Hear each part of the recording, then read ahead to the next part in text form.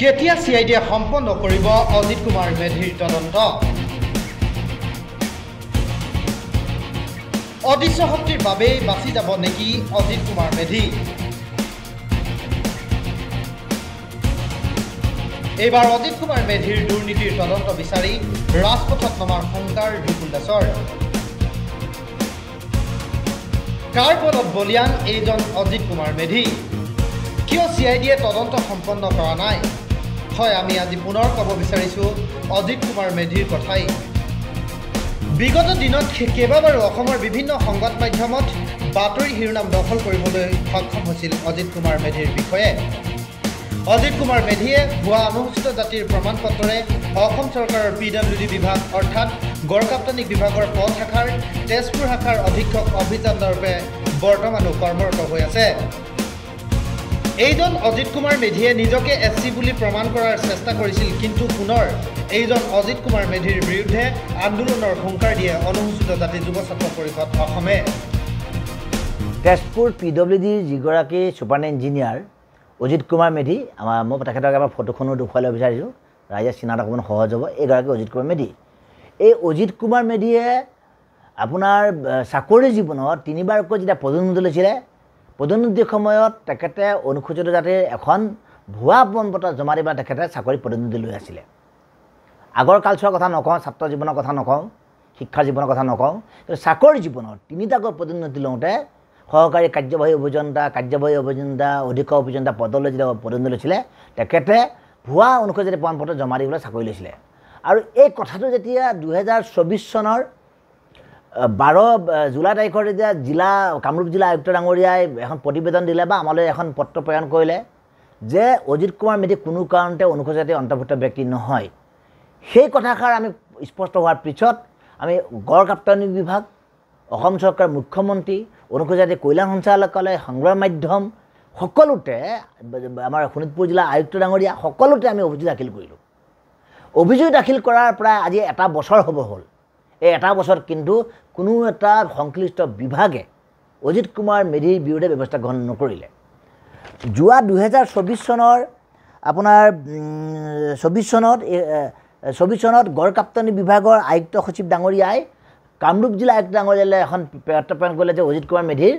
আপোনাৰ জাতিগত যিটো পৰিচয় বা কাষ্ট চাৰ্টিফিকেটৰ সন্দৰ্ভত এটা মানে প্ৰতিবেদন লাগে কিন্তু আজিলৈকে প্ৰতিবেদনখন জিলা আয়ুক্ত ডাঙৰীয়া আহিলে নে নাই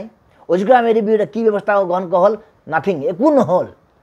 লোক নিৰ্মাণ বিভাগৰ আয়ুক্ত সচিব ডাঙৰীয়া শুই থাকিলে তাৰপিছত অনুসূচিত জাতি কল্যাণ সঞ্চালকালয়ৰ সঞ্চালিকা ডক্টৰ কুলচ্চী নাথে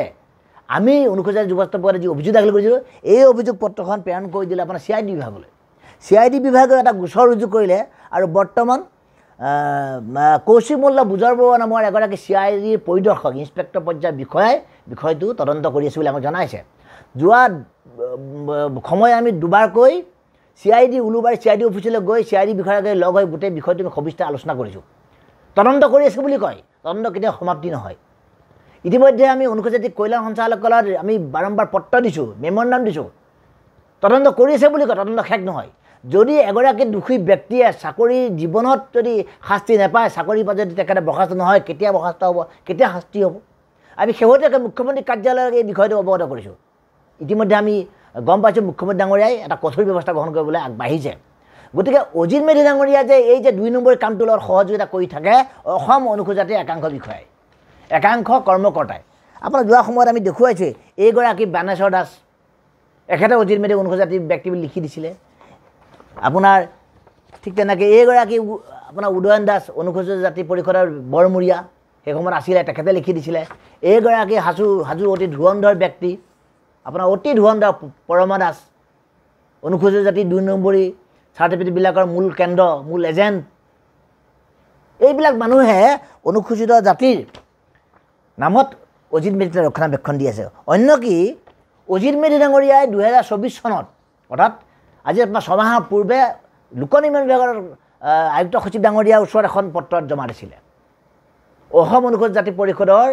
প্ৰাক্তন অৰ্থাৎ বৰ্তমান প্ৰয়াত সাধাৰণ সম্পাদক আহিলে কেন্দ্ৰীয় কমিটি নিত্যানন্দ ফুকন ডাঙৰীয়াই অজিত মেধিক অনুসূচিত জাতি হয় বুলি লিখি দিয়া এখন মানে পত্ৰও জমা দিছিলে এই পত্ৰখনৰ বৈধতা সম্পৰ্কত প্ৰশ্ন উঠিছিলে আমি অনুসূচিত জাতি পৰিষদৰ সন্মানীয় সভাপতি ভৱেন ভৰালী সাধাৰণ সম্পাদক ডাঙৰীয়া দুবাৰকৈ আমি পত্ৰ প্ৰেৰণ কৰিলোঁ প্ৰায় এটা বছৰ হ'ব হ'ল এই পত্ৰবিলাক যে প্ৰেৰণ কৰিছিল তাৰ কোনো উত্তৰ নহ'ল অৰ্থাৎ অসম চৰকাৰৰ একাংশৰ বৰমূৰীয়া বিষয়া CID অনুসূচিত জাতি কল্যাণ সঞ্চালকালয় অনুসূচিত জাতি পৰিষদৰ কিছু মানুহে এই অজিত মেধিৰ দৰে 2 নম্বৰী মহাঠগ মহাপ্ৰবঞ্চক লোকনিৰ্মাণ বিভাগৰ তেজপুৰ ছুপাৰিণ্টেণ্ডেণ্ট ইঞ্জিনিয়াৰ অজিত মেধিৰ দৰে ব্যক্তিক ৰক্ষণাবেক্ষণ দি আছে এই কথা নিশ্চিত পৰিছে গতিকে আমি ভাবিছোঁ কোনো কাৰণতে অজিত মেধিৰ ৰক্ষণাবেক্ষণ দিয়া এই ব্যক্তিসকলৰ ৰেহাই দিয়া নহ'ব তেওঁলোকে কাগজৰ কথা কয় চাওক 1951 এনআৰচিত স্পষ্টভাৱে লিখা আছে যে এজন মানুহৰ জাতিগত পৰিচয় জনজাতি নে অনুসূচিত জাতি এই ধৰণৰ তথ্য অজিত মেধিৰ পৰা সংগ্ৰহ কৰিবলৈ মানে CID কেছটো তদন্ত কৰিব লাগে 1961 সৰ্বভাৰতত হোৱা চেঞ্চাছৰ যি প্ৰতিবেদন এই প্ৰতিবেদন এজন মানুহ অনুসূচিত জাতি জনজাতি তেখেতৰ পৰিচয় লিখা আছে এই ধৰণৰ যিবোৰ এই লিগেচিবিলাক সংগ্ৰহ কৰি অজিত মেধিৰ ওপৰত ব্যৱস্থা ল'ব লাগে কোনোবা অনুসূচিত জাতি পৰিষদৰ নামত কোনোবা দালালে অজিত মেধিক অনুসূচিত জাতি বুলি লিখি দিব আৰু সেই প্ৰমাণ পত্ৰৰ ওপৰত নিৰ্ভৰ কৰি পেলাই CID হওক অনুসূচিত কল্যাণ সঞ্চালকালয় হওক